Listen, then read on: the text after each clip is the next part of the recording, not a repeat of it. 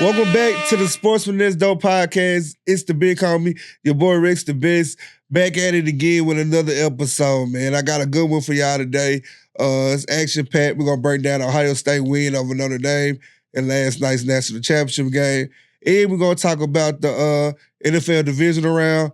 And we got we're going to just, the national championship game wrapped up the college football season. So we're going to wrap that up. This might go down as the greatest college football season ever, in my opinion. Just everything that went down this year. But yeah, we got some hot takes and we got some hot topics, so stick around.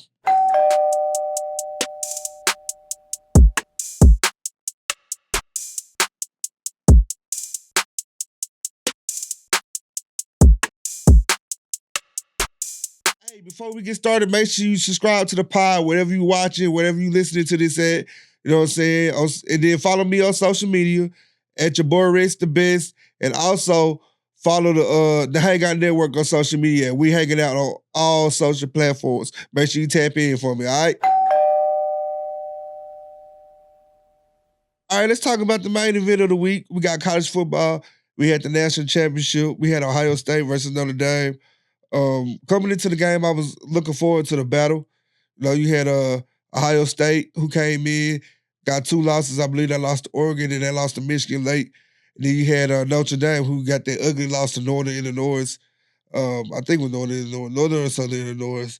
So 2 battle-tested teams came in and playing their best ball in the postseason. That's what I like about college football this year, because we got a 12-team postseason, so it was actually real football at the end of the season. So they played against good competition. Ohio State had a heavy road going to the national championship. They had Oregon, Tennessee, and Texas, which I feel like there was 2 on that road. There was 2 of the best teams in college football. Oregon, who was number 1 just about all year. Then you had Texas, who I believe, me personally, because I'm a Texas fan, who I believe was the best football team all year. They knocked both of those out. Then you had Notre Dame. Notre Dame beat I believe they beat the Boise State team. Yeah, they beat the Boise State team. No, they beat the Penn State team. Then they beat, who else Notre Dame beat? Notre Dame beat before, they beat Georgia. Georgia, that's who it was. They beat a Georgia team. They beat the Penn State team. So, I feel like Notre Dame was ready, and I felt like Notre Dame was up to the test. Even though me being an Ohio State fan, I was going for Ohio State, but I was looking for a good game, and it was for the first 10 minutes of the game. First 10 minutes, Notre Dame came out, gave us hope that we were going to get a good game. They came out, Riley Leonard, I think he carried the ball 9 times, and they built the clock. This all for the first drive. First 10 minutes of the game was Notre Dame had the ball. They driving down the field, and got a touchdown. And then the Buckeyes got the ball. And for the first half, it was curtains. It was over with. Honestly, I almost turned out the TV. Ohio State offense was moving faster than I was going through a barbecue line. You know what I'm saying? That Ohio State was moving. So I thought it was over. And let's talk about the guy, the best receiver in college football, and he's a freshman. Jeremiah Smith. Bro, a cheat code. Bro can really go to the league and be a first-round draft pick this year. It sucks that he got to wait, 2 more years? Because they can't go out till they're a junior. But bro was crazy. With the game on the line, in the 4th quarter, it was like 2 minutes to go. Notre Dame had a bright idea. Hey, let's play man-to-man. They played man-on-man with the best receiver in college football and instantly got cooked. Really, bro. Really. Come on, Marcus Freeman. Talk to me. Holla at me, Playboy. So we're going to go one-on-one with the best receiver in college football and think those odds are going to work out for us. We got to be playing ourselves. It's like me trying to guard Steph Curry one-on-one. I'm going to get cooked, bro. That's just the nature of the beast. So I don't really understand what bro was trying to do it. I don't know what he was trying to do it. And let me get a quick shout out to Will Howard, bro. I kind of been talking down on you all season. I didn't think you had the balls to get it done, and you came out, you played a good game, bro. I doubt it, bro. But he showed me that he's the quarterback. He could be able to get it done. But when you got $20 million worth of talent around you, I'm pretty sure it's pretty easy. And fans, y'all already know. Like I said, if you know me, you know Ohio State is one of my favorite teams. It goes back to the Troy Smith days, the Terrell Pryor days. It's Ohio State, Texas, and whatever team Coach Pryor coaching for. That's Colorado at this moment, and Louisville because they always kept a black quarterback. Teddy Bridgewater, they kept Teddy Bridgewater, Lamar. List goes on, but yeah, those teams. But it is one more time, one more shout out I gotta give. I gotta give a shout out to Ryan Day because hey, bro, we killed you. And y'all know after that Michigan loss, you Ohio State fan, even if you wasn't an Ohio State fan, bro, y'all killed Ryan Day. We all killed him. We all killed him and say he wasn't good enough. He wasn't able to go win a big one. Through his tenure, he probably had the most talent in college football history. And he didn't win a big one, but we gotta take that away now. He won a big one. Now all you gotta do is beat Michigan. But let's just be real as I wrap up this Notre Dame and National Championship Ohio State game. Ohio State was just too skilled for them guys, man. They was too skilled, too talented. It's not even about the coaching because Marcus Freeman has done a hell of a job coaching. It was just about Ohio State being more fast, being stronger, and being more physical than Notre Dame. Honestly, that's all it would have gone back to. Ohio State had too many dudes. And let me go back to who I said, the best receiver in college football, Jeremiah Smith. Before he leaves the NCAA, before he leaves college, mark my words, bro, gonna be the best player in football. Not just the best receiver, he's gonna be the best player in college football. Because he's already the best receiver. That's just my opinion. But props to Notre Dame, though. They had a credible season, bro. For them to bounce back and make the national championship, hey, bro, hats off to y'all. And, you know, hey, go crazy. Now, next year, you know where we going, man. Arch Manning, hook 'em horns. Hey, national championship. We there.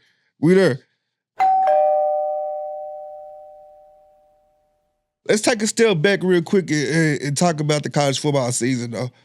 Because in my opinion, it's one of the best seasons we ever seen in college football. Like, in my eyes, I'm 30 years old. In my last 30 years, I feel like this is the best season in college football history.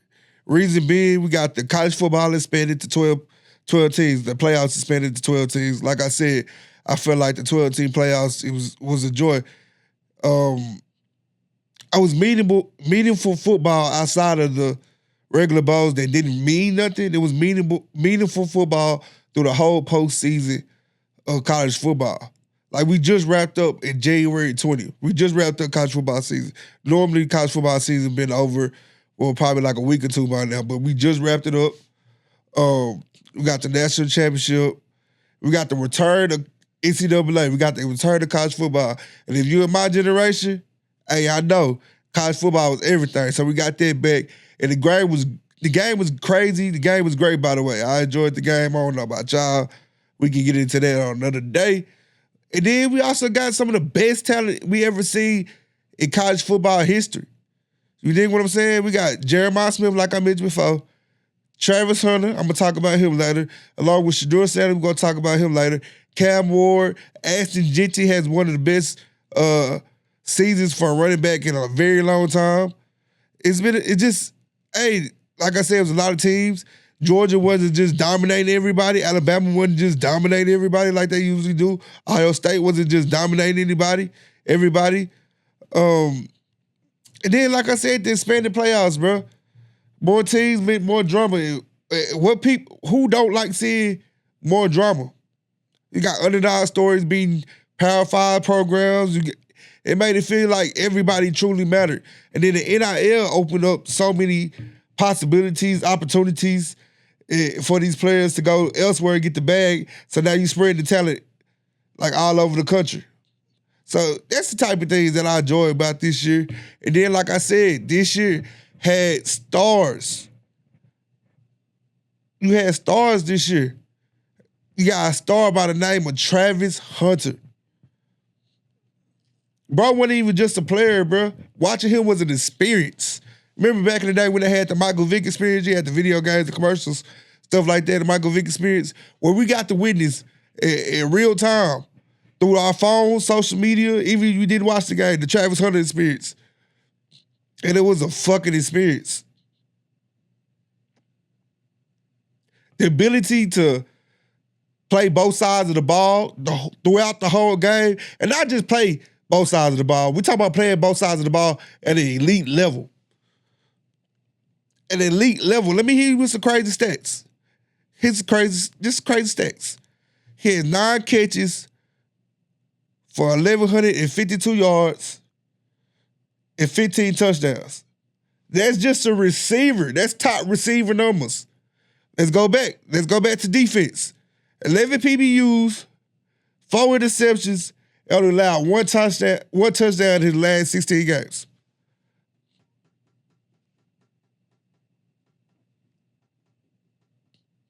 If you don't need a quarterback, Travis Hunter is your number 1 pick. It is undoubtedly.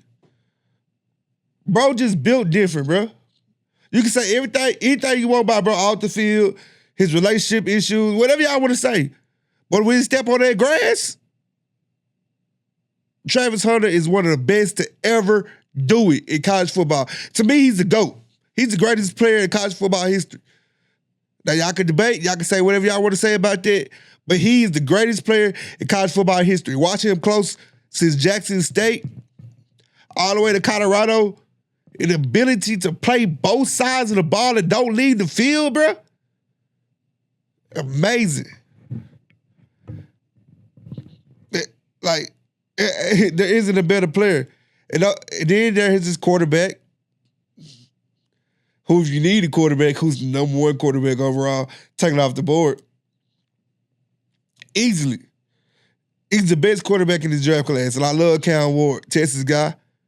But a quarterback with his NFL level accuracy, his poise in the pocket, his ability to perform under pressure, his leadership, the numbers speak for itself. And the tape, if you turn on the tape, because everybody know that goddamn Colorado offensive line had me blocking for him. I ain't played football in goddamn 15 years down there. Shit, they had me out there blocking for him, so he was constantly under pressure, making plays, bro. And any franchise, if you an NFL franchise, I said in episode 1 that, you know what I'm saying, I wouldn't mind, I'm a Dak Prescott fan, I wouldn't mind getting rid of Dak Prescott for Shedeur because he's a culture changer. He's an NFL level quarterback. I wouldn't be surprised if I see him win the MVP or a Super Bowl one day in the NFL. And I'm not just saying that because bro from the city. Like I said, bro, like generational talents. You know what I'm saying? That's a lot for 1 and 2, bro. Travis Hunter would immediately step into the NFL and be one of the top corners in the league. And also, if you don't want to play him at corner, he would be a legit receiver threat. Name any other player in college football history is coming into the draft is going to be able to make an impact like that. On both sides of the ball if you choose to. Either side of the ball, no matter if you put him at receiver or DB, he's going to be a starter for day 1. Shedeur Sanders. NFL decision-making. Mobility. He got the clutch gene, as we can see. He's been there in the bright lights. His whole life has been in the big lights. His whole life has been in the bright lights. His whole life has been on the TV screen. So he's not gonna shy away from any moment. If I'm a GM in the NFL, I'm for sure taking one of these guys with my first pick. With my first pick. But like I said, man, in this college football season, we had everything. We had like basically a Cinderella run by Notre Dame. We had Coach Prime proving down us wrong because remember, people say he ain't gonna win number 2 games again. Shut them up, made a bowl game. And we got a redemption from Ryan Day, leading Ohio State to a national championship. Like I said, man, this season is one of the best college football seasons ever. It was a lot of drama filled in it. Shit, Coach Prime got a whole goddamn Netflix documentary just about him only. So just imagine the whole college football season could put some shit on HBO or something, goddamn. And then just to wrap up the college football, I'll be at the East West Shire game here in Arlington, Texas at Cowboy Stadium. So I get up close. I get an up close picture of these guys, view of these guys. I'm gonna be bringing y'all a lot of content over the next couple of weeks from that. So y'all tap in and tune in and make sure y'all subscribe. Like I said, like, comment, subscribe. Follow me on social media. You'll be able to see all that content. Like I said, Shedeur gonna be there. Shiloh gonna be there. You're gonna see some other stars that's gonna be there. So make sure y'all tap in. You know what I'm saying? Y'all follow me. I'll keep y'all updated with that content.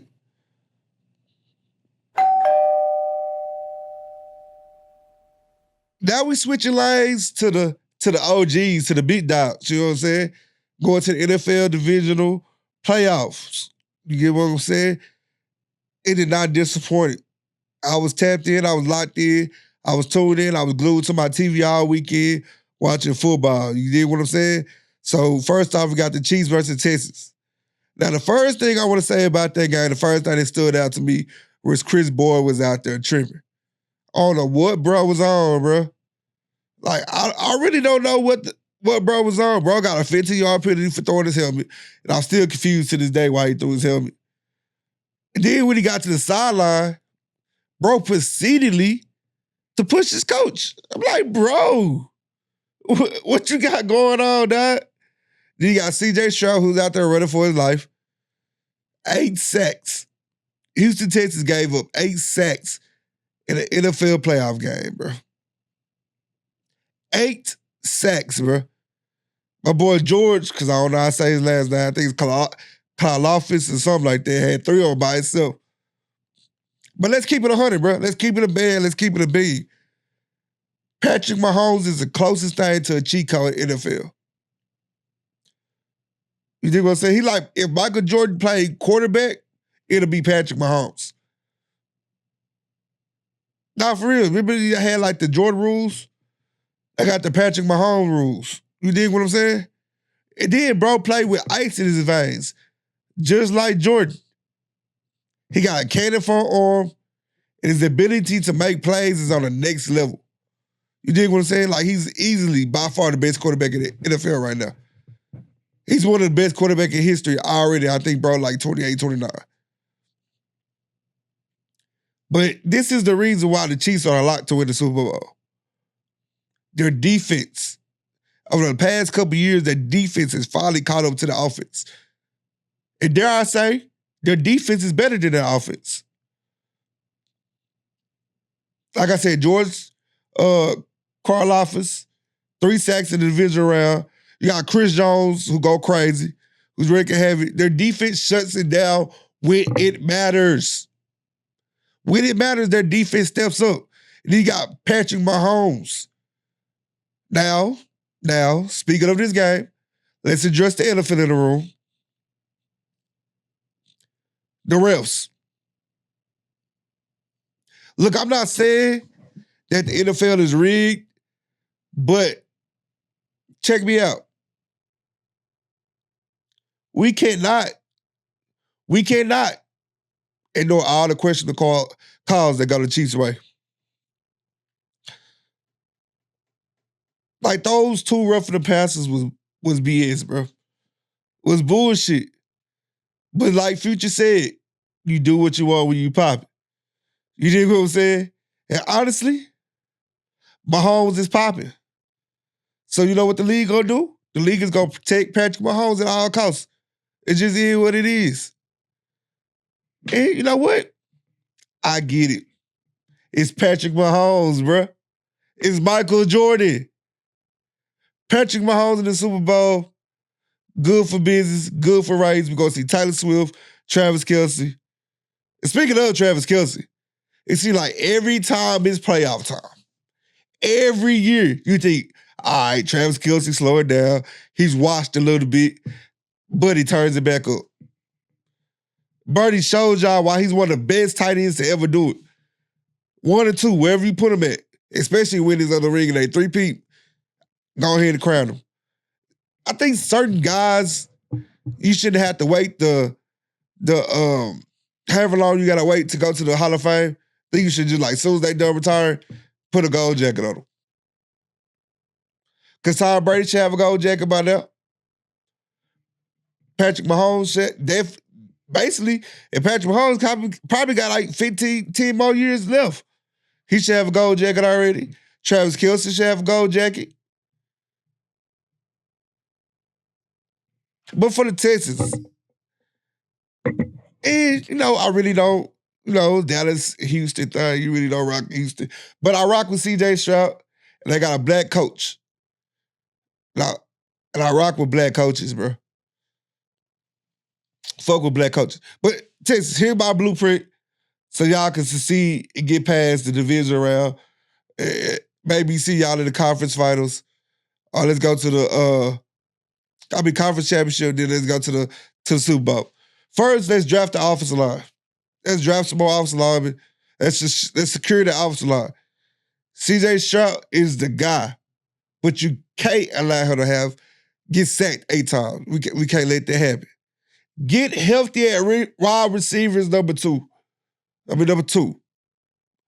We gotta get healthy at receiver, guys. Tank Dell out. Stephon Diggs out. Like Nico Collins, great receiver, but he can't do it by himself. Dalton Schultz, former Cowboy, like him, can't do it by himself. Joe Mixon, we mixing like Joe, can't do it by himself. Them 4 guys can't do it. They need a complete team to beat Patrick Mahomes, to beat the Buffalo Bills, to beat the Ravens. They need a complete team. They need all their weapons.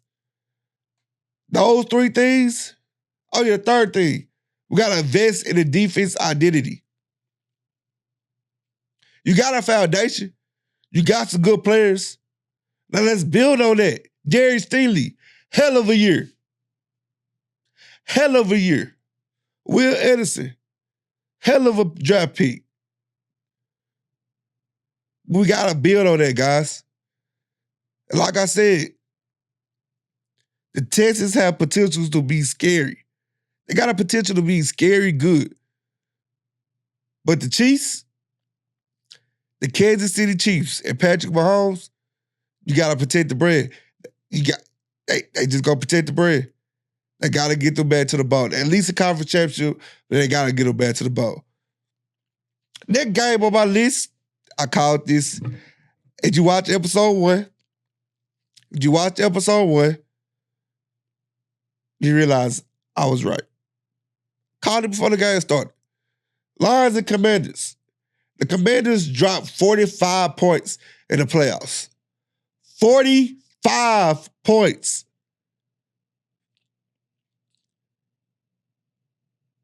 The Commanders' win over the Lions wasn't just an upset. It was a statement. Jaden Daniels' rookie season has been magical, bro. Has been magical. He was that draft pick that you picked in the first round. That's one of them guys that's like, I know he was a Heisman Trophy winner, but we really didn't know how he was going to do in the league. Let's just be honest. We didn't think he was going to come to there and go to the conference championship in his first year. We thought he was going to, 8-9, 9-8, one of them type of teams. We didn't think they were going to go to the conference championship. Dude went from being a first round wild card, because he was a wild card. We didn't know what we was gonna do to him, to being a conference champion quarterback. Conference championship. He's playing in the conference championship. He's a franchise quarterback.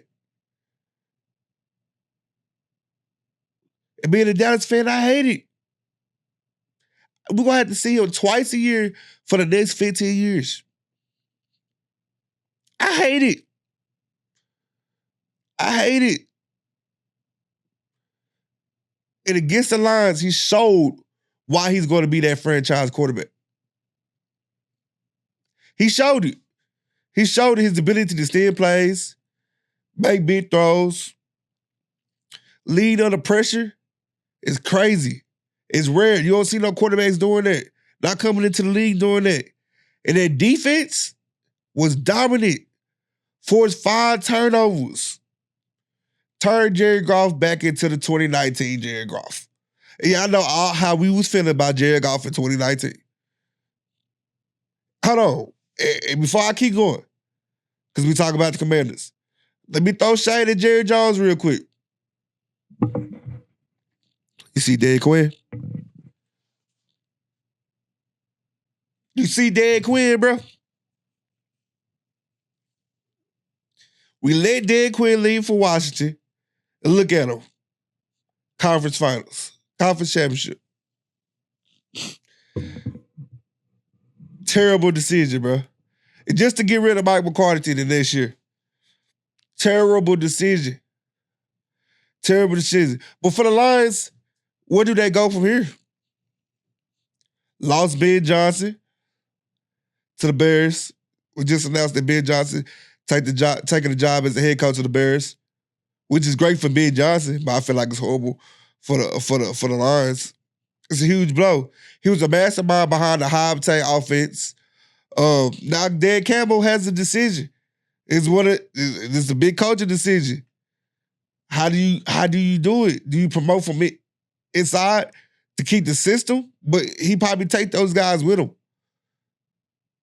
But do you find somebody that already know the system? Or do you bring in a new offensive coordinator? It's kind of gonna mess up the chemistry a little bit. You dig what I'm saying? Like, I don't know. They have the talent to stay competitive. But they're at a crossroads. It is up to Dan Campbell to keep the momentum going. It really is. But the next game, we got the Eagles versus the Rams. It sucks to admit it, but the Eagles will look like a Super Bowl team again. Saquon Barkley. What that bro? What is a video going out on social media? What about where bro say Saquon Barkley? Saquon Barkley, Saquon Barkley, Saquon Barkley, Saquon Barkley. That boy is Saquon Barkley. Went off. Went the fuck off, bro. It's something about the Rams that Buddy just don't like. But Buddy went fucking off. Rushing for 205 yards and 2 touchdowns. Man was running like the Rit was due, bro. He was running like he needed check. Like he needed check. Like bro was running like he was hungry, he needed to feed his family, bro. And the Rams just couldn't stop him. They just couldn't do it. It was like watching Madden, the video game, and it was on rookie difficult how bro was running. And it was the snow, bro. He tapped into this inner Shady McCoy. It was a report out there. They said he contacted Shady to see how he run the snow game. Because if we all remember when Shady went for 217 in that snow game that time, just looked like he was just running on natural grass. But back to this season, Saquon has been unstoppable. We haven't seen and like I said, I hate to give him props because he's an Eagle. My bad, he's a Sheagle. I hate to give him props. But we haven't seen a rushing season like this in a very, very, very long time, bro. Because remember they said running backs don't matter? I bet Jerry Jones don't realize that. I bet Jerry Jones realized that he need a running back now. But anyways, that's a different topic. They said running backs don't matter. And bro came out and had a performance like that. Could have brought the record, but hey, I'm happy he did it, honestly. Eric Dickerson, Another Texas guy. Glad he get to keep the record. SMU, all that. But yeah, this is one of the best running back seasons in recent memory. He's the centerpiece to the Eagles' offense. He's carrying them to another level. Jalen Hurts is take care of the ball. The defense, we already know how they is. They flying around. The run game is as dominant as ever. I just don't see nobody stopping the Eagles in the NFC. Like the Commanders, I don't see that. This is the year they go back to the Super Bowl, bro. And I hate to see it. Because this is supposed to be the Ravens' year. They win the bowl. Because we're moving on to the Bills versus the Ravens. Lamar Jackson has been playing MVP football all season. All season. And let's be real. In my book, he is the MVP. MVP 3. MVP. That's 3 of them. But it's something about when bro get into the playoffs that just doesn't get all the way, it just don't do it. It's something about bro, when bro gets to the playoffs that it just all come together. Against the Bills, Lamar made a couple early mistakes. He threw an interception. He got a strip sack, and Von Miller decided on. Shout out to the Soto U. Von Miller picks up the fumble. He got caught. but yeah, he got caught. But he made up for his mistakes. He fought back only for Mark Andrews to sell the game. And y'all know, like I said, I'm a Texas fan. I don't fuck with Oklahomians. You went to Oklahoma, I really don't fuck with you. Side Joe missing. That's weird. But if you get to Oklahoma, I really don't fuck with you. Mark Andrews sold the game twice. Not once, twice on back-to-back drives. Lamar Jackson was leading a comeback drive. Hits Mark Andrews. Mark Andrews makes one man miss. Tries to extend the play a little longer. Hell of a play by the linebacker, knocked the ball out. Fumble. Bills ball. I think Bills go to that down there, kick a field goal, get the game within, extend the lead to 8 points. Lamar Jackson drives them down the field 80 yards, scores a touchdown, get the game within 2. All they need is a 2-point conversion, go for the 2-point conversion. He's Mark Andrews. Guess what Mark Andrews does? Bobbles and drops the 2-point conversion. You can't make this shit up, man. You can't make this shit up, Doc. You can't do it. And another thing, why did Baltimore abandon the run, bro? You got Derrick Henry. You got Lamar Jackson. All season, stats show when Derrick Henry gets the carries that he needs to get, and Lamar Jackson does what he needs to do on the ground, it's a W. They get to the playoffs every year, and they seem like they tried to make Lamar Jackson a pocket quarterback. We don't want to see that shit, man.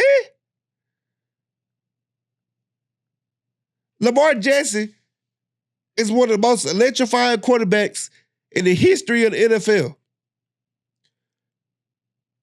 Probably the best dual threat quarterback. No, ain't no problem. He's the best dual threat quarterback in the history of the NFL. And when we get to the playoff time, y'all want to turn him to Peyton Manning. What the fuck really be going on, bro? What's the issue?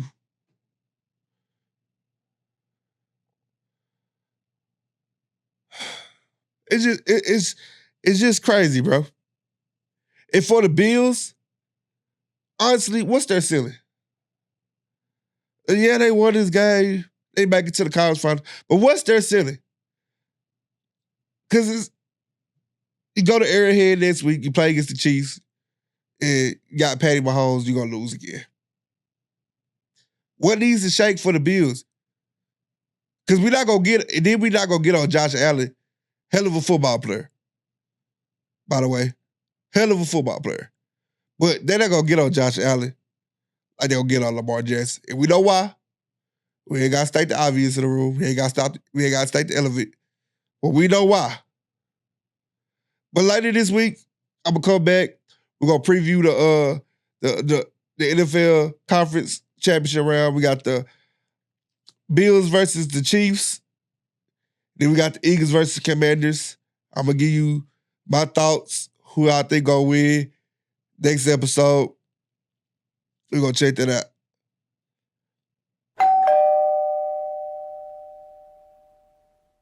Well, that's a wrap for me for episode 2 of Sportsman Next Door. Make sure y'all subscribe to the YouTube, hit the like, hit the follow. You dig what I'm saying? Drop some questions so we can get that on the next episode. Let's keep the conversation going. I'll be back later on this week. We're going to talk about the NFL Conference Championship round. We're going to talk a little NBA because I didn't get that much into it this week, this episode. So let's get it. Y'all tap in. I'm out.